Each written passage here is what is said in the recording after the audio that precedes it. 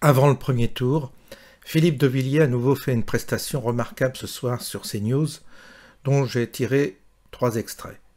Très, très importants, très significatifs de notre pensée commune, celle qui consiste à sauver la France par notre participation au vote de dimanche prochain et du 7 juillet.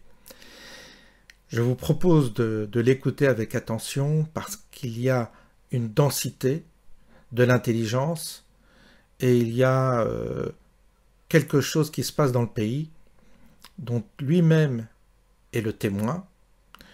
Et c'est pour ça que cette fois-ci, je tente l'optimisme. Et Dieu sait si, ceux qui me connaissent, Dieu sait si c'est comment dire, un événement. C'est pour moi, parce que j'en ai fait des discours pessimistes, qu'on m'a reproché d'être pessimiste. Mais là, on soulève quelque chose d'étonnant. On soulève quelque chose même d'inconnu. On soulève on ne sait quoi. Certains pensent que ça va être pire. Moi, je pense que ça ne peut pas être pire. Je pense que ça peut être que meilleur, parce que je sens que derrière cette porte, il y a quelque chose de spirituel dans l'enjeu qui se passe actuellement. On voit les forces du mal paniquent.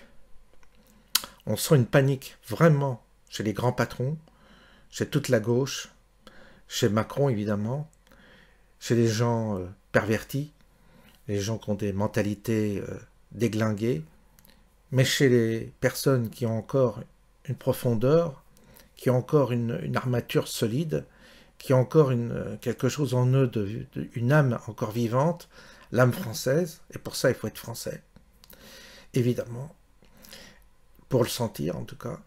Eh bien il y a quelque chose qui va jaillir. Ça va être un peu violent, mais c'est en train de se produire et beaucoup vont être étonnés. Il y a eu les gilets jaunes, ça c'était les prémices, mais là c'est plus fort que les gilets jaunes. C'est comme quelque chose qu'on va rejeter avec une puissance de feu, je crois, très très importante. En tous les cas, j'espère ne pas me tromper, pour une fois que je suis optimiste, j'espère j'espère ne pas me planter, parce qu'après ça sera fini l'optimisme, on n'y reviendra plus. Mais autorisons-nous à être optimistes, autorisons-nous à espérer. Donc je vous propose d'écouter Philippe de Villiers et je vous souhaite une bonne soirée. Je vais faire un zoom sur le président de la République. Il est extraordinaire. Je l'ai vu hier soir et il était vert pomme prématuré. La dissolution l'a changé physiquement. Les yeux exorbités, le verbe exorbitant. Et alors il expliquait, à propos de la binationalité, que c'était infamant et que c'était les étrangers qui avaient fait la France. Oui, il recommence, il part encore sur une fausse piste. Et effectivement, il avait promis de ne pas s'en mêler. On avait parlé ensemble en disant c'est dommage parce que pour nous c'était bien. Et alors il a écrit une lettre, il a demandé à ses conseillers que monsieur le maire appelait les cloportes. Il leur a dit qu'est-ce que je peux faire? Ben, faites comme Mitterrand, faites une lettre aux Français. Ça va marcher. Pour Mitterrand, ça avait marché. Donc il a fait une lettre. Et il parle de la fracture. Alors, mais en fait, tu vois, il me rappelle, hier, je voyais une caricature de Daumier. C'est-à-dire, il tire la nappe, il jette les assiettes. J'ai déjà vu ça. Il est colérique. Et en fait, si vous me permettez, pour commencer cette émission, de faire allusion à un souvenir personnel. Quand on était petit, en famille, on regardait une émission en noir et blanc, avant le procédé SECAM, c'était La Piste aux étoiles, présentée par Roger Lansac, et il y avait un artiste extravagant, qui était à la fois un magicien et un musicien, et qui faisait quelque chose que j'ai jamais revu depuis. Il avait une vingtaine d'assiettes, il faisait tourner ses assiettes, Et en faisant tourner ces assiettes, il reproduisait la symphonie numéro 21 de Mozart. Et évidemment, l'épilogue était le suivant. Il y avait une assiette en trop, la 21e, et toute la vaisselle était par terre. Et en fait, je ne peux pas m'empêcher depuis 2 jours de penser à cet artiste qui s'appelait Macronet. Donc il ratait son tour à la fin, parce qu'il voulait en faire trop. Et je pense qu'aujourd'hui, on peut dire, un peu, comment dirais-je, esquisser le slogan « Macronet, Macron, même combat, même destin ». Philippe de Villiers, on sait... Et alors, maintenant je vais sur le fond. Parce que je n'ai pas répondu sur la fracture. Il y en a un qui a très bien exprimé ça sur CNews cette semaine, c'est Gérald Darmanin qui a parlé. Il a osé, le ministre de l'Intérieur, parler de la sécession des élites. Quand on regarde bien, et là on est au cœur du sujet avec ce qui va se passer demain pour le premier tour. La sécession des élites, d'abord il y a la sécession géographique, il y a la France des beaux quartiers, Vigile, Digicode, et la France de la périphérie, la France périphérique, qui en fait subit l'immigration et recherche ses voisinages affectifs qu'elle ne trouve plus. Ensuite, il y a la France de l'économie financiarisée, l'économie irréelle, l'économie spéculative. Bientôt ce sera ChatGPT, l'économie ternaire, quaternaire. Bon, ils s'en sortent très bien de télétravail, etc. Et ils gagnent de plus en plus d'argent. Et puis, il y a la France de l'économie réelle qui, en fait, travaille 6 mois sur 12 pour l'État prédateur. Et puis, la troisième France, la troisième dichotomie, c'est la plus importante, c'est la fracture civilisationnelle. Il y a la France des élites et du MEDEF qui appelle depuis 50 ans l'immigration choisie plutôt que la main-d'œuvre gauloise qui est trop chère. Et puis, il y a la main-d'œuvre gauloise et tous ceux qui l'entourent, tous ceux qui travaillent dur et qui se disent on n'est plus chez nous.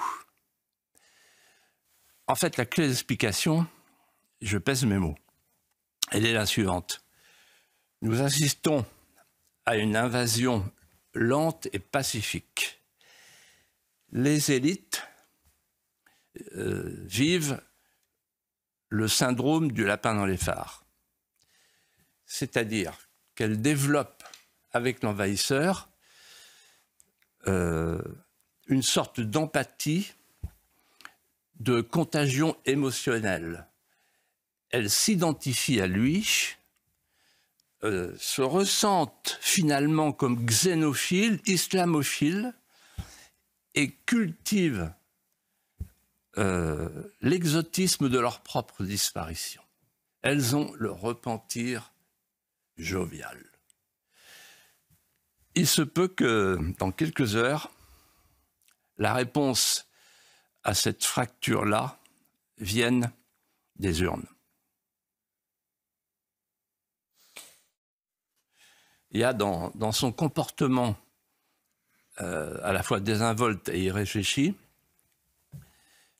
un manquement évident aux règles prudentielles de sa fonction. Ça, c'est la première chose que je voudrais dire. En fait, la décision de la dissolution répond très exactement à la définition de l'acte pyromane. C'est le gars qui constate que la garrigue est sèche, qui se promène avec des allumettes et qui ensuite se retourne, pique une grosse colère contre les pompiers en les dénonçant, en disant « Vous avez mis le feu, les extrêmes !» Ça n'est pas très sérieux, quand on est président de la République, de parler de guerre civile. D'autant moins que la guerre civile, il en a touillé les braises. Il aurait bien fait d'écouter son ami, le ministre de l'Intérieur, Gérard Collomb, qui au moment de partir a dit « Attention, aujourd'hui nous sommes côte à côte, demain nous serons face à face ». En fait, il y a 2 guerres civiles possibles en France. Une de type classique, la guerre entre les factions. On a eu la Fronde, etc. Qui répond à la phrase de De Gaulle, cette vieille propension gauloise aux divisions et aux querelles. La France, c'est un pays querelleur, il y a des fractures partout, il y en a toujours, il y en aura toujours. C'est comme ça. C'est un pays qui a le sang vif. Et puis il y a une deuxième guerre civile possible, dont personne n'ose plus parler, mais qu'il faut quand même évoquer. Si, il y en a un qui en parle, c'est Mélenchon. Il a dit, il faut se méfier des Français de souche parce qu'ils posent un problème de paix civile. Il a dit ça récemment. Extraordinaire. En fait, la France aujourd'hui, il faut que les Français le sachent, le comprennent et en tirent les conclusions. Ce que je vais dire est terrible, mais c'est la vérité. La France, la terre de France, porte aujourd'hui deux peuples. Un peuple neuf qui arrive avec sa progéniture, avec ses fiertés, avec sa manière d'habiter le monde. On ne peut pas lui reprocher. Mais il faut le savoir. Parce qu'en face, il y a un peuple vieillissant, hagard, baveux, comme disait Bernanos, qui n'en peut plus, qui cherche à tâtons les murs porteurs, pour les meilleurs, les plus lucides, et qui ne sait plus où il habite. Et donc, l'urgence des mois qui viennent, et des années qui viennent, et des décennies qui viennent, si on veut que la France demeure, c'est de refabriquer des petits Français. Je pense qu'il y a des questions, et les Français le sentent, confusément, qui touchent à la survie d'un peuple historique qui pourrait disparaître. Et donc la question centrale, c'est la question de la survie du peuple historique. Elle se décline en trois questions vitales. La première question vitale, elle touche à la guerre et à la paix. Emmanuel Macron nous emmène à la guerre. D'ailleurs, vous noterez que la guerre étrangère et la guerre civile sont les deux cordes de rappel de sa légitimité perdue. Or, il est urgent que la France retrouve sa vocation. La France doit redevenir une puissance de paix, une puissance d'équilibre. Nous n'avons rien à faire dans une guerre qui n'est pas la nôtre, hors de l'Europe, entre deux peuples slaves. Il est temps que ça s'arrête et que la France intervienne pour que ça s'arrête. Et la France doit redevenir, je vais plus loin, une puissance mondiale, ce qu'elle n'est plus. Une puissance mondiale qui commence par refaire l'unité du continent en suivant l'aphorisme de Talleyrand. L'histoire se rappelle aux hommes par la géographie. L'histoire commande la géographie. Et si l'histoire s'éloigne de la géographie, alors il n'y a plus de diplomatie possible. Il faudra bien qu'un jour, on retrouve la paix. Et ce serait bien que ce soit la France, et non pas l'impératrice von der Leyen, qui fasse la paix du continent européen. Au moment où on voit que l'Amérique est un empire en décomposition, et qu'on est encore à la 51e étoile de l'empire américain, il faut qu'on prenne notre destin en main. Et c'est à la France de prendre le destin de l'Europe, de toute l'Europe, de la grande Europe, de l'Atlantique à l'Oural. C'est ça l'avenir. C'est la première question. La deuxième question, qui est tout aussi vitale, c'est le moment hamiltonien. L'expression n'est pas de moi, elle est de von der Leyen, rapportée par Orban et de Macron. Quand ils sont entre eux, ils parlent du moment hamiltonien. Alors ça vous dit rien?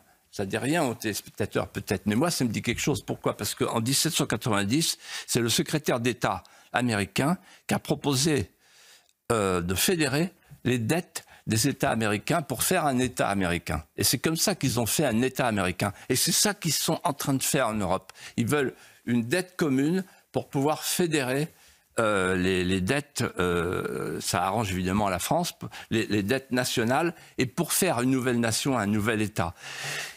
Ceci dit, ils veulent accompagner ce mouvement avec un saut fédéral avec le vote à la majorité qualifiée. Ils ont le projet d'en finir avec les histoires nationales, avec une histoire européenne. Il y a une résolution qui a été votée là-dessus. Et on en a parlé la semaine dernière, Elliot. Ils veulent décoloniser les rues. C'est-à-dire procéder à une ablation de la mémoire européenne. Au nom de ce que Emmanuel Macron a appelé à la Sorbonne, je me souviens, j'étais tombé de ma chaise. Heureusement, je n'étais pas assis. Bon, c'était le démos européen. Vous voyez, le démos européen. Bon. Et la troisième question, elle est simple. C'est, est-ce qu'on se prépare au nouvel édit de Nantes ou est-ce qu'on rétablit la France en France? Le nouvel édit de Nantes, c'est quoi? On voit très bien ce qui va se passer, les élites. Au bout d'un certain temps, ils vont dire à la Seine-Saint-Denis, on va choisir une quinzaine, on va faire exactement ce que Henri IV a fait avec les protestants. À un moment donné, on leur donne des places fortes. Et donc, on va dessiner des zones charia compatibles et tout le monde sera d'accord, les Français, comme ça, il y aura la paix. Bon, voilà, c'est le début de la fin, évidemment. C'est ça qui se prépare, et c'est ça qu'ils sont en train de préparer. Donc, le nouvel édit de Nantes, et vous savez comment on appelle ça, le nouvel édit de Nantes? La Nouvelle-France. Eh oui. Victoire de Mélenchon grâce à Macron. Ils se font la courte échelle entre eux. Ou alors on rétablit la France. En France. Et aujourd'hui, pourquoi on va vers un raz-de-marée? Dimanche et 7 juillet. Parce que les Français se disent, on veut retourner chez nous.